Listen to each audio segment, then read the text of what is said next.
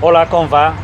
El vídeo d'avui hem dut al doctor Alaid Zalbidea per parlar, ja que s'acosten les dates dels exàmens, en aquest cas de la SIACOVA. Volíem parlar amb ell perquè ens donara el seu punt de vista com a professor examinador i ens aclarir alguns dels dubtes que tenen els alumnes que s'hi presenten a estos exàmens. Bon dia, doctor. Com va, Salva? Bé, molt bé. Bé, el primer que volia preguntar-te sobre els exàmens de la SIACOVA és la seva validesa, si són tan vàlids els de la SIACOVA com els de la Junta o els de l'Escola Oficial d'Idiomes. Quina validesa tenen? Sí, això és un dubte prou freqüent que té gran part de l'alumnat, que és precisament si el títol de la SIACOVA val el mateix que el de la Junta o de l'Escola Oficial d'Idiomes. Per als que esteu interessats en això, simplement heu de buscar en la pàgina web de la SIACOVA un apartat on teniu una pestanyeta que posa dubtes freqüents i ahí podeu veure com efectivament, d'acord amb l'ordre de 2017, els exàmens oficialment valen el mateix per a certificar el nivell de valencià. Una altra cosa que sí que és de veres que ha passat moltes vegades és que hi ha alguns tribunals d'oposicions que demanen que, per exemple, o que puntuen més un títol de l'Escola Oficial d'Idiomes, però per a certificar els coneixements de valencià, efectivament, segons aquesta ordre, valen exactament el mateix. Les tres institucions, tant la Junta Qualificadora com la SIACOVA, com també l'Escola Oficial d'Idiomes. Aleshores, si jo vull treure'm una capacitació per a ser professor i necessita el seu, tant fa que me'l traga amb la SIACOVA com la Junta, tots tres són correcte. La validació És la mateixa, correcte. Simplement s'ha de saber que la SIACOVA és un ens interuniversitari, ja que és un examen que organitzen les universitats valencianes. Està la Universitat de València, la Universitat de Castelló, la Universitat d'Alacant, la Universitat Miguel Hernández, la Universitat Seu Cardenal Herrera i la Universitat Catòlica de València. Per tant, aquestes són les universitats que componen, diguem-ne, el nucli de la SIACOVA. I la Junta, efectivament, és un organisme que depèn directament de Conselleria. Aleshores, simplement el que canvia, diguem-ne, és el tema de l'organització, o qui organitza o qui prepara aquestes proves. Però sí, la validesa legal és exactament la mateixa. Una pregunta sobre això que fan els alumnes, sí, valdran el mateix o serviran el mateix, però quin és més complicat? Quin és més complicat? Sí, jo vull treure, necessito el C1 o el C2 pel que siga, per la capacitació, per els punys que puguen donar una posició, però jo vull que siga el més senzill. O quin és més assequible per a determinat tipus de persona? Bé, ara s'ha de saber una cosa que jo crec que és important per als que esteu veient el vídeo, que és que oficialment ja tots els exàmens de valencià que teniu a la vostra disposició o per a presentar-vos estan adaptats al marc europeu comú de referència. Què vol dir això? Que són exàmens molt més comunicatius en el sentit que ja no es preguntarà, ja no es faran preguntes tipus test que ocuparan tots els fulls de l'examen, sinó que hi haurà una sèrie d'exercicis que diguem-ne que valoren la capacitat comunicativa o que avaluen la capacitat comunicativa de l'aspirant. Per tant, ara mateix la Junta i la SIACOVA tenen exàmens molt semblants. De fet, trobo que parteixen tots a partir de textos reals, és a dir, són textos reals en els quals teniu o bé una opció múltiple o bé una xicoteta explicació entre parèntesis i cal posar l'opció correcta, que això ja ha d'eixir des del coneixement mateix de l'alumne, no? Per tant, són exàmens a hores d'ara molt pareguts. Sempre s'havia dit que la SIACOVA era més complicat. Jo crec diguem-ne que l'exercici més complicat per a mi de la Siakova és el primer exercici que hi ha tant en el C1 com en el C2, que és, sabeu que hi ha 2 redaccions, ara en tots els exàmens, i el primer exercici de la Siakova és escoltar un àudio i a partir d'ahir doncs, fer una expressió escrita, és a dir, és un exercici on s'avaluen 2 competències, una competència que és la comprensió oral, d'acord? I després l'expressió escrita. Això en altres exàmens no existeix. En la Junta no hi ha una comprensió oral i en l'Escola Oficial d'Idiomes sí que és de veres que hi ha una comprensió oral, però després el que s'ha de fer en l'activitat és marcar verdadero o fals o opció múltiple, però el que fa la Siakova en aquest exercici és precisament fer una producció pròpia a partir d'un àudio. Ve una ressenya d'una entrevista que s'ha escoltat o ve un resum d'un discurs que es faça. És a dir, és un exercici en què s'avalua la capacitat de síntesi que té l'alumnat i també com expressa aquestes idees en un text escrit. Per tant, és un exercici que no és fàcil. No és fàcil perquè, a més, sabeu que no només s'avalua, que això també és un fals mite, no només s'avalua el fet si fem més faltes o menys faltes, sinó que s'avalua l'adequació, és a dir, un text ha de tindre unes característiques d'adequació, per exemple, la persona del text, adequar-te, diguem, el tipus de text que t'estan demanant. D'altra banda, també tenim la coherència i la cohesió, doncs el tema dels connectors, el tema d'enllaçar les idees, equilibrar oracions simples i oracions compostes, és a dir, en definitiva, no només una cosa estrictament de codi, sinó que tinga un estil per al nivell que estan demanant. Sí, perquè una queixa que he sentit per part d'alguns alumnes que diuen és que jo parlo normalment valencià, tota la vida parla valencià i malgrat tot m'han suspès. Sí. Això és possible? Això, mira, jo sempre dic que el valencià millor parlat és el valencià que ja ve des de casa però que es depura.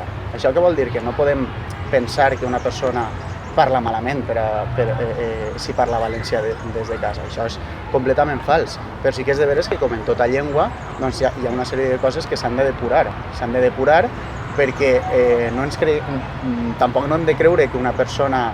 Per exemple, jo faig classe també de castellà, preparé alguns alumnes per a prova d'accés i efectivament veiem com la gent tampoc té un nivell, malgrat les diferències també socials o com li volem dir que hi ha entre el castellà i el valencià, tampoc la gent no té un nivell C1 o C2 de castellà i s'ha de corregir certes coses que la gent pensa que són correctes però efectivament no són correctes. Correctes en referència amb l'estàndard formal, amb la norma, no? Aleshores, jo crec que hem de tindre en compte això. Tampoc això no ha de ser una cosa que faci tindre pals en les rodes, com dic jo sempre, a l'alumnat. És a dir, un alumne valenciano parlant no pot pensar que el seu valencià és incorrecte, però també ha de tindre cura amb aquests barbarismes, amb aquestes construccions que potser no siguin pròpies d'un estàndard formal. Però no hem de pensar d'entrada que un valenciano parlant té més dificultats per a treure un C1 o un C2. Això és la meva humil opinió. Jo sé que hi haurà gent que estarà en contra d'aquesta opinió, però jo he tingut alumnes també que partixen des de zero i parlen en castellà, que han sabut doncs, directament, diguem-ne, aprendre la norma i parlar en valencià, com dic jo, del llibre, d'acord?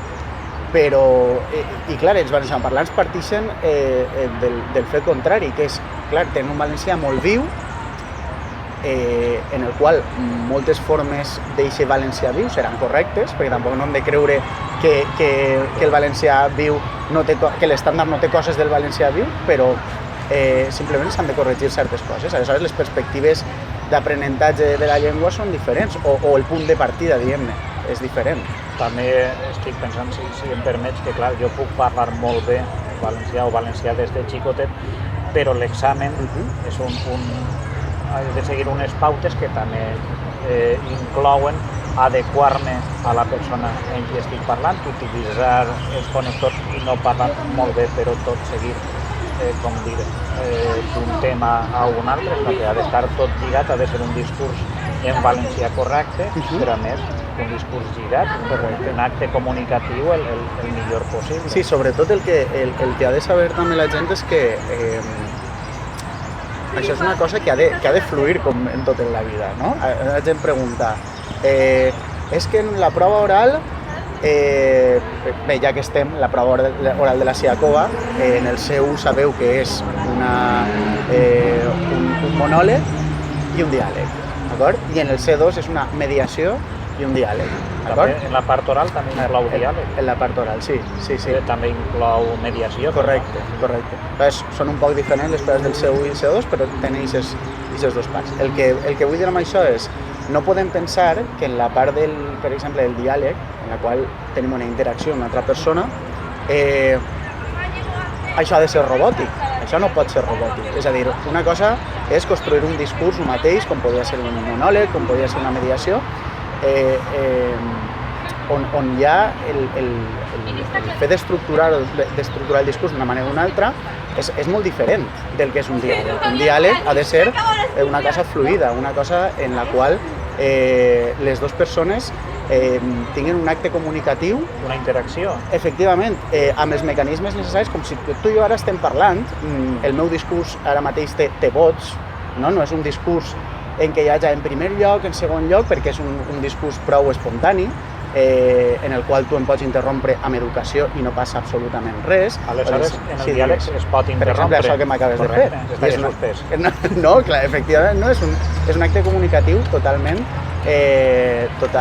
normal. No passa res.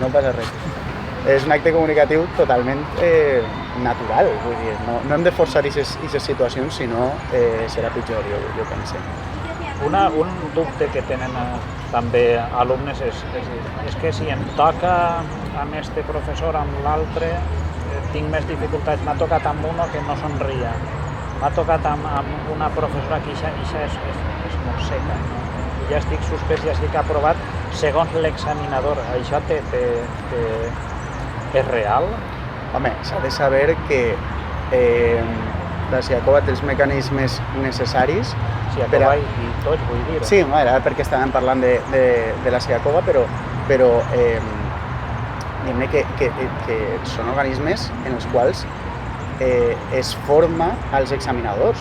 Els examinadors es formen amb cursos de formació, tenen una preparació ja efectivament, són filòlegs, professionals de la llengua, al cap i a la fi, i home, d'entrada hem de pensar que tot això és tan homogeni com els organismes volen que siga. És a dir, jo crec que és una avaluació prou homogènia perquè partim d'uns criteris de rigor o rigorosos que són els mateixos, tant pel que fa a la norma com pel que fa a temes d'adequació o de coherència i cohesió, però sí que és de veres que com en tot jurat, segur que heu vist algun concurs de televisió en què hi ha un jurat que està compost per 3 o 4 persones, no? Doncs efectivament sempre hi haurà coses d'estil o més personals que puguen intervindre en una valoració, però la valoració efectivament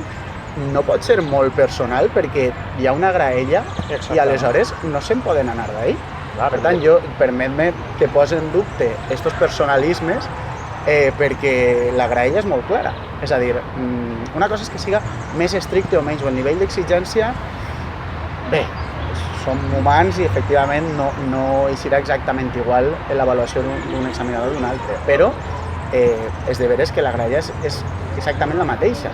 Però el professor, si anota alguna incorrecció o anota alguna cosa que està bé, posarà els exemples a la graella. Efectivament. Aleshores no se ho inventarà.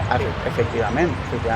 A més, en alguns organismes això es grava, és a dir, s'enregistra amb una gravadora i no en tots els organismes, però s'intenta fer el més rigorós possible, o almenys que es posen els exemples en la graella.